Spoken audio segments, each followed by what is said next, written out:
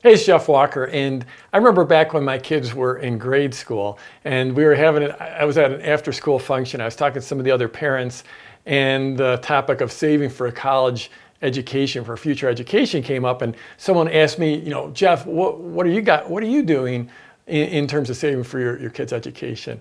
And I gave a somewhat of a smart-ass reply, and I said, well, I don't have a college savings fund because I've got a list. And they looked at me like, I was speaking Chinese or something. And then I explained, well, I've got this business and I've been building this email list. And, it's almost like that's my college fund because it gives me the capability to create money on demand, to create cash flow on demand. And one of the reasons this is on my mind is that just last weekend, my daughter, my youngest child, graduated from college. And so I'm through the college years and I made it and I never did start that college fund and yeah, the business paid for it. And so my plan worked out. So a little bit of justification there, vindication, whatever it is. But the thing is when you build, nowadays I've got more than just my email list in terms of an asset in my business.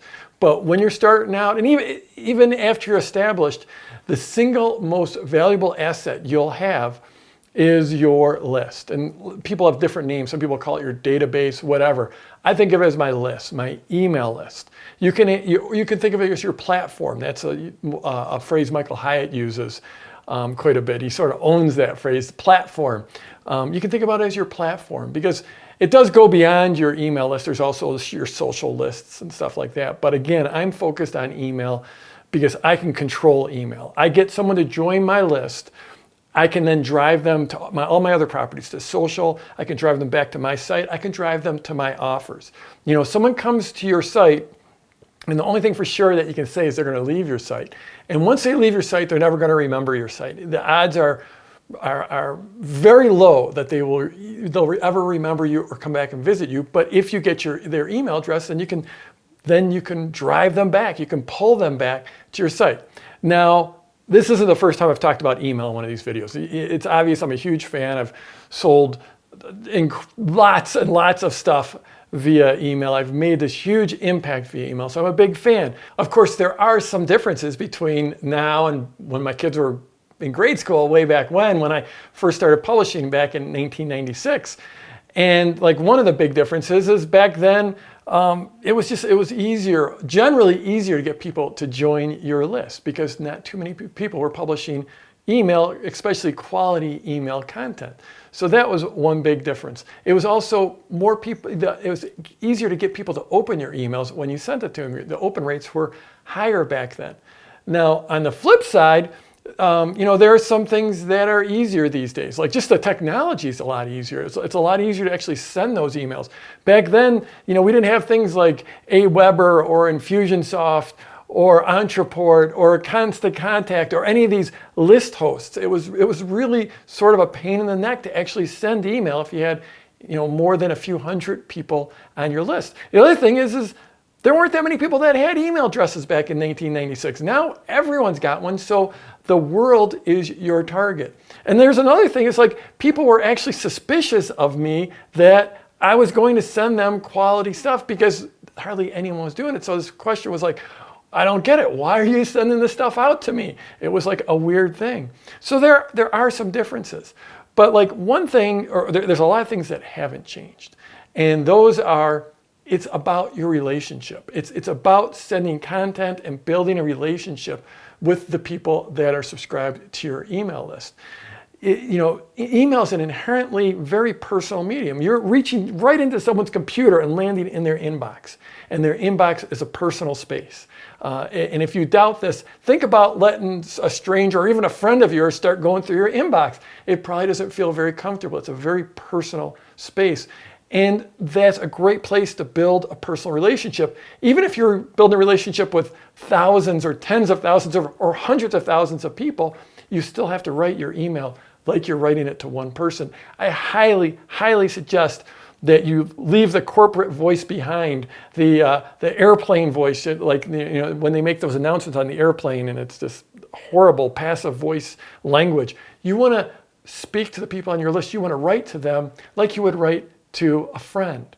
and you want it to be personal. So that's one huge thing. You actually have to think about it not as an individual email when you're sending to your list. You have to think about the relationship over time. You have to think about the sequence. I mean, I'm a huge fan of sequences. If you study my product launch formula, that is all about sequence. I mean, sequence is a hugely powerful thing. So there's one thing, I hope you're building a list. I know a lot of people, they don't build a list because they just think they have to build some epic list or have some epic content or what. They got all kinds of reasons they're not building a list. Just get started. No one starts out with a list. Everyone starts, has to get that first subscriber. I can remember my first subscriber. I can remember those, I'd get every couple days I would get another subscriber. And then I got to the point where every day I was getting a new subscriber. And then I got to the point where every day I was getting 3 or 4 subscribers. And I tracked every single day, back when I started, it was so exciting to get those new subscribers. And but this is one thing I want you to, so hopefully you're building that list. And not just on social media, you're using social media to drive to your email list.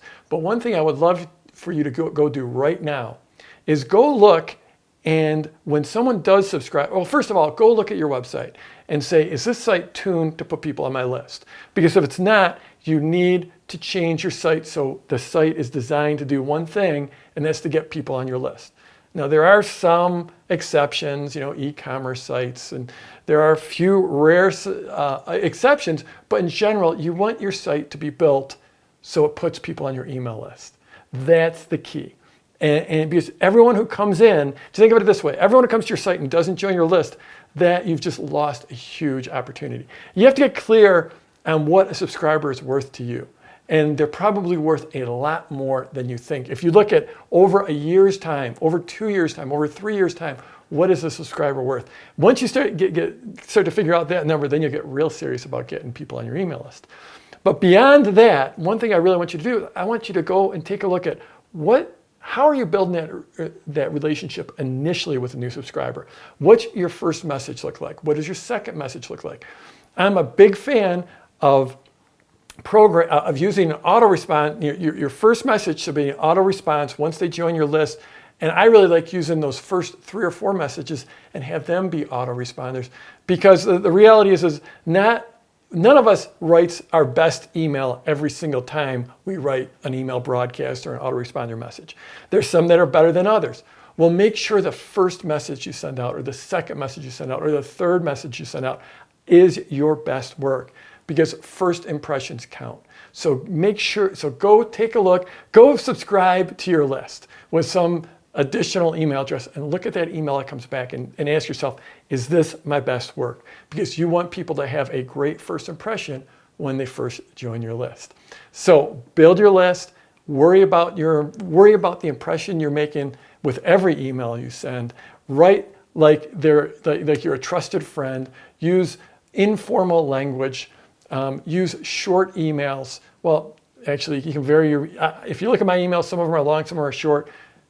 Don't fall into this formula where you're doing the same thing every single time, and really sweat those first few messages that you send to the people that join your list. So I'm Jeff Walker. If you're watching this anywhere else besides at my blog at jeffwalker.com, head on over there. Once you get there, I'll try to get you to join my email list. That's just a little aside, but head over to jeffwalker.com. That's where all the discussion is. That's where I'm down there answering comments. And hit that thumbs up button, hit the thumbs down button if you didn't like this video. I don't care. Like this page, all that stuff. You know the drill. And let's go get them this week.